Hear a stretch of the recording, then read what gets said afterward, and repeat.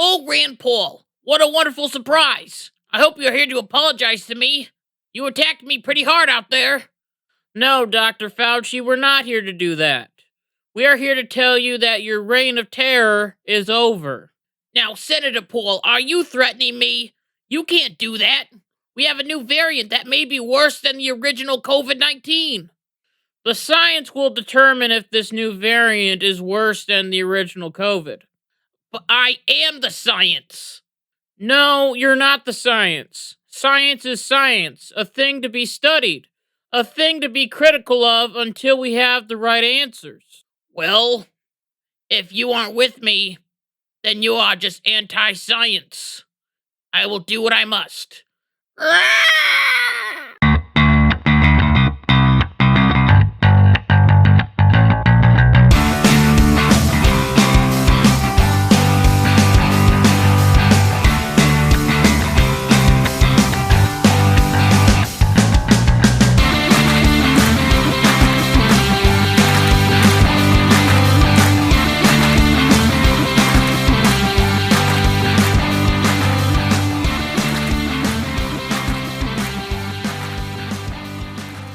Hey, what's going on, everybody? It's Kyle Dockery with the Dockery Docket. We are here with our very 83rd episode of the Dockery Docket. I'm excited to be here, and I hope that you are excited to be here as well. And if you are excited to be here as well, make sure to go down, hit the like button, hit the subscribe button, do everything that a good listener does. So there is a new COVID-19 variant called Omicron. Doesn't that sound spooky? Doesn't that sound scary? Doesn't it make you want to run away with your hands in the air screaming? But before we dive into that, I have to apologize because I feel like I missed a lot of things last week because of Thanksgiving and all that good stuff. So here's a quick rundown of what happened last week. So Ahmaud Arbery's shooters were found guilty on all charges, which to me was just like with the Rittenhouse case, the right verdict, and justice was served. I know that the gunman and his son should be in jail for a very long time, but there was also a third guy that was videotaping the whole situation, and he is also being sentenced to years in jail. This charge really didn't make sense to me, but I mean, I guess that's just how it goes, especially when it comes to different laws and different things like that. Anyway, in Wisconsin, there was another tragedy as some sick man decided to drive his car into a parade of people, killing women and children in the process. The man's rap sheet was a mile long, and that rap sheet included him trying to run over his girlfriend with the same car that he did with the other people. He was released and then did the exact same thing later. Then the media covered this man and said it was just a car accident. It was no accident. The man did this on purpose, but the media wants you to continue to believe their lies and hypocrisy. We also had a terrible shooting take place in Oxford, Michigan at Oxford High School, which was an absolute terrible situation, and I will be talking about that at the end of the episode more, so make sure to stay tuned. But for right now, let's jump into what Omicron is and if we should actually be really scared of this new variant, or should we sort of just brush it off? Now, just the naming of this variant has been very confusing, as Omicron was not its very first name, as it was originally called the new variant, which was spelled N-U. Now, if it was named this, things would be very confusing, because if you're hanging out with someone and you say to them, have you heard of the new COVID-19 variant? Then the person that you are talking to is like, oh no, there's a new variant? And then you're like, no, I meant the new variant that was already discovered.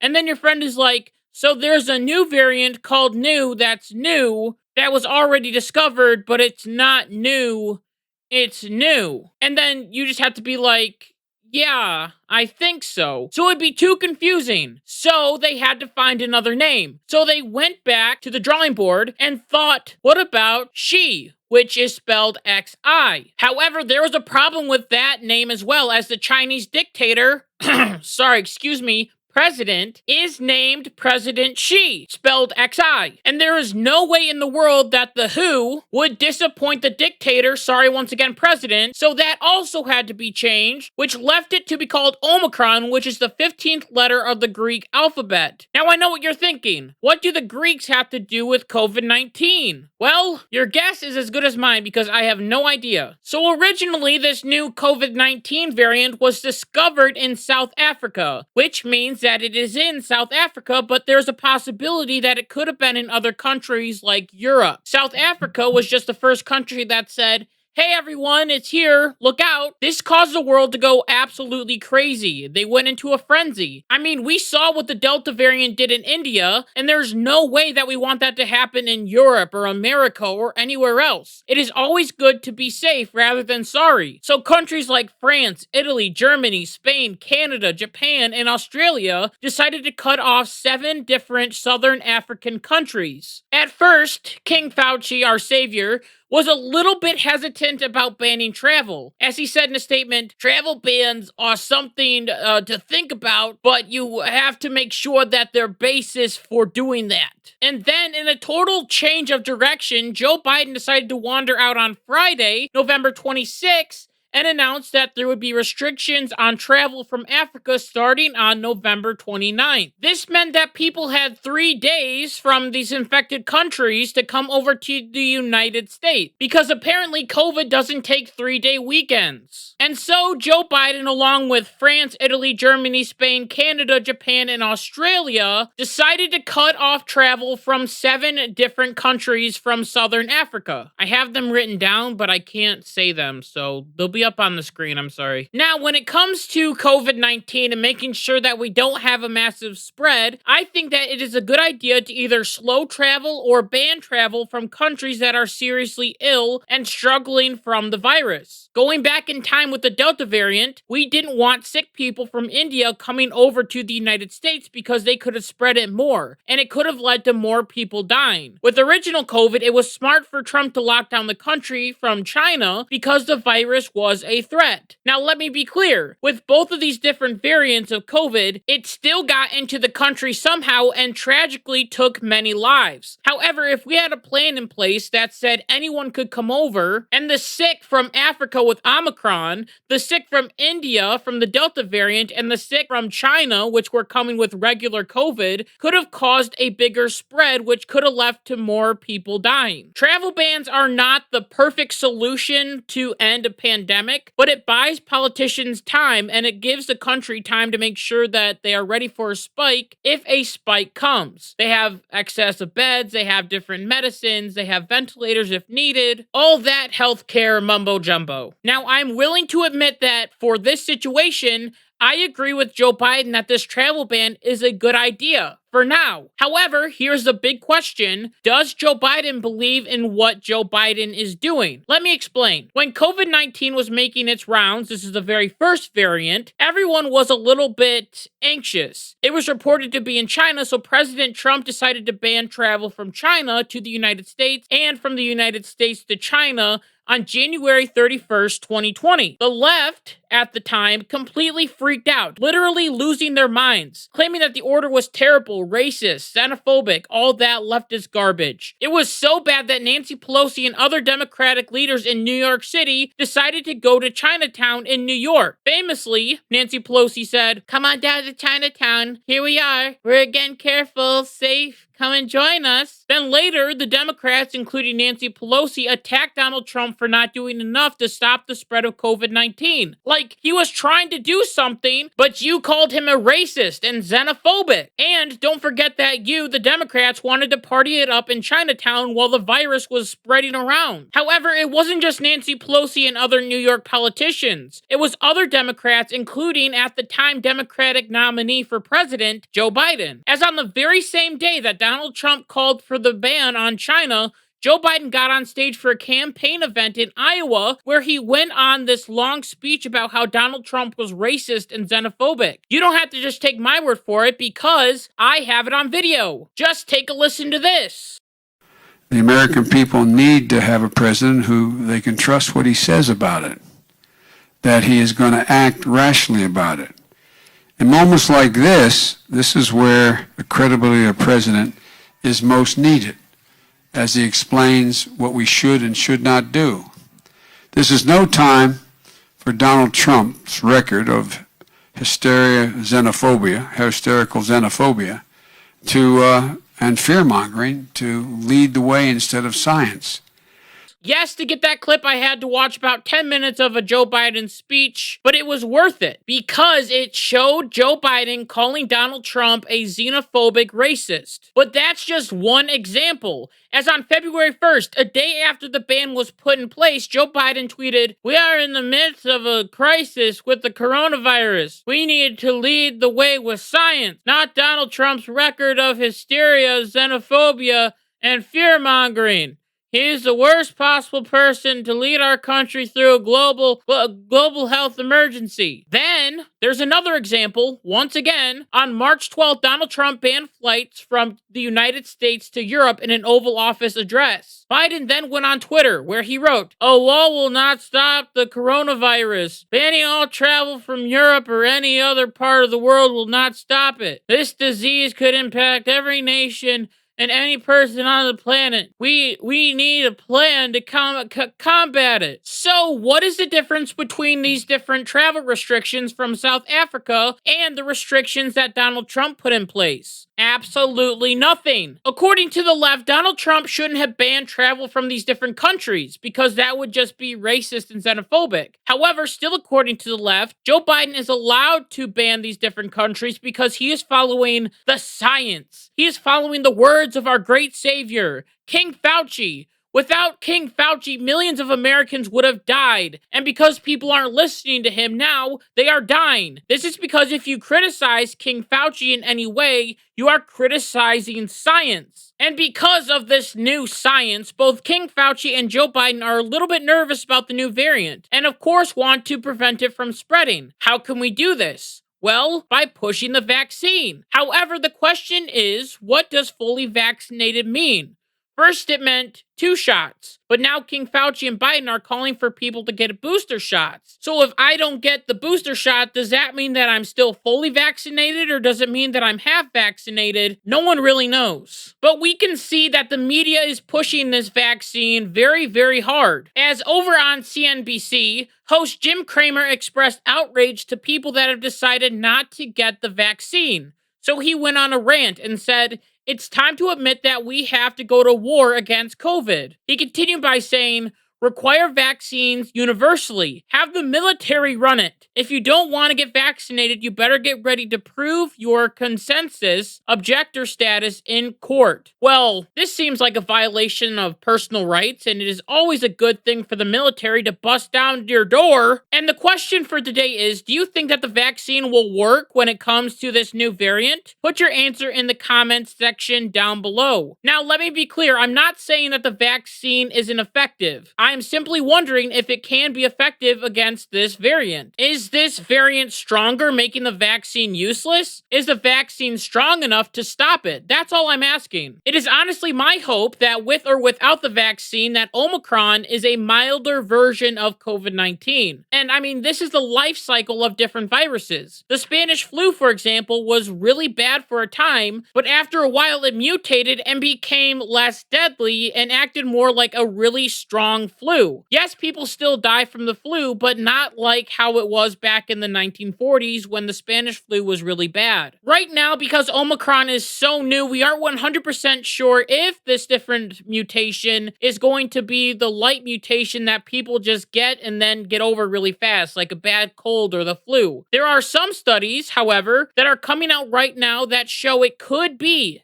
a possibility. Now, I'm saying this could be a possibility because, like I already said, it is not 100% yet. We're not 100% sure what's going on with this. I'm just looking at what the doctor, aka the chairwoman of the South Africa Medical Association, has said about the variant that she and her team discovered. As she explained that patients that have been suspected of having the new variant are shown to have milder cases and recover very fast. They usually have mild muscle aches, a scratchy throat, and a dry cough, and only a few have had a high fever. The important question that the world is asking is if this is only happening to people that have received the COVID-19 vaccine, or is it with patients that don't have the vaccine? Well, it seems like from what this doctor is saying, both vaccinated and unvaccinated people are having mild cases. As she claimed, For now, even the patients that we have seen who are not vaccinated have mild symptoms. This has also been happening in Europe as well, as according to Business Insider, half of the 70 confirmed Omicron cases identified in Europe so far have been asymptomatic, and the other half present mild symptoms. This so far is great news, and it could be a light at the end of the tunnel. However, it still may take a long time to figure out if this variant is worse or better than Delta or the original COVID-19, because it is still in its early stages. The only interesting thing about Omicron right now is that it is affecting younger people, which may be a cause for some concern, as once again moving back over to Africa, all of the reported cases have been in people under 40, and most of them have been treated at home. This has also happened in Europe as well, as they report that the people with the new strain were not of old age and were fully vaccinated. This leads to another thing that interests me about this variant. It seems like the people that are getting it are fully vaccinated for COVID-19. Sorry to be the bearer of bad news, but Omicron was discovered in America in New York City. The first person that got the virus was fully vaccinated and is experiencing mild symptoms, which is a good thing. But why isn't the vaccine doing its job in protecting people and helping people not get COVID? This leads me back to the question that I asked earlier.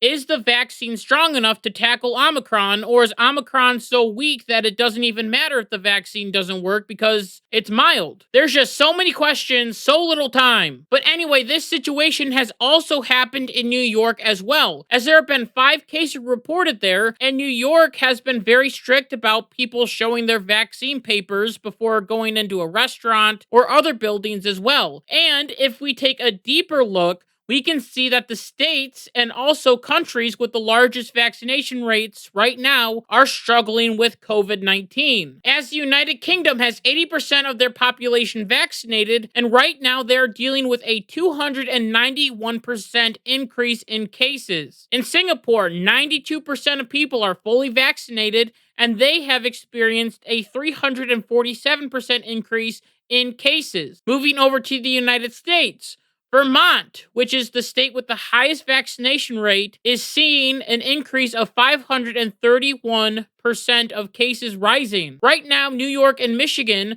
are dealing with a major surge in cases, while evil Florida Governor Ron DeSantis is seeing a drop in COVID cases. However, this right now is not because of Omicron, and if Omicron is mild, then this means that if people get the variant, then they can recover very fast, and maybe more people will get natural immunity, which may be stronger than what the vaccine gives you. So we won't even need the vaccines, which, yes, is a good thing because natural immunity also protects you. In the end, I think right now our politicians are going a little bit too crazy with the new variant when we don't have a lot of information to run on. Yes, there's a possibility that it could get worse. And yes, it is always good to be safe rather than sorry, of course, and that's why I agree with these different travel bans. But it is concerning when King Fauci comes out and says that everything is on the table, including lockdowns. Now, I don't know about you, but I don't want to be locked down again because we, the people, know that that's not how you stop this virus. If you are sick, stay home.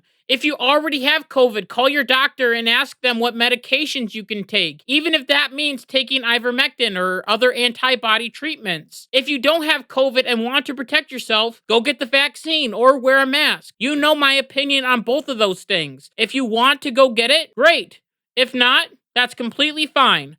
My hope is that this new variant will not be a new Delta variant, but instead will be a weaker form of the virus, so then it can just be a stepping stone to finally getting out of this terrible pandemic. No more lockdowns, no more restrictions. A country where we can all be free to do what we want, just like how Florida and Texas are living right now. As of right now, continue to be vigilant, but don't let Omicron scare you and control you. Usually this would be where I end my episode, but I felt that I needed to talk about the situation at a high school in Oxford, where 4 students tragically passed away because of a school shooter. 3 of them died on the school property, and another one died from their wounds at the hospital. Our hearts break for these students that lived through this tragedy, and also to the families that lost a loved one on that fateful day. I also believe that the parents of these teenagers that passed away should be proud of their children, because they are heroes.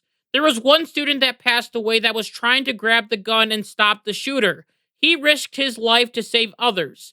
In that time it took for him to fight the gunman, many of the students could have run to safety or called 911 or hold the shooter in one place until the authorities came in to rescue other students. There is also another student that is saving people's lives even after their death, as he is donating his organs to people in need. It is sad and terrible that this situation like this took place, and we pray that this doesn't happen again. Hold your kids tight. Teach your students how to be a light in their school and how they can make a difference. Even if it is a small difference, they all help. And with that, I just want to thank you so much for listening to this episode of the Dockery Docket.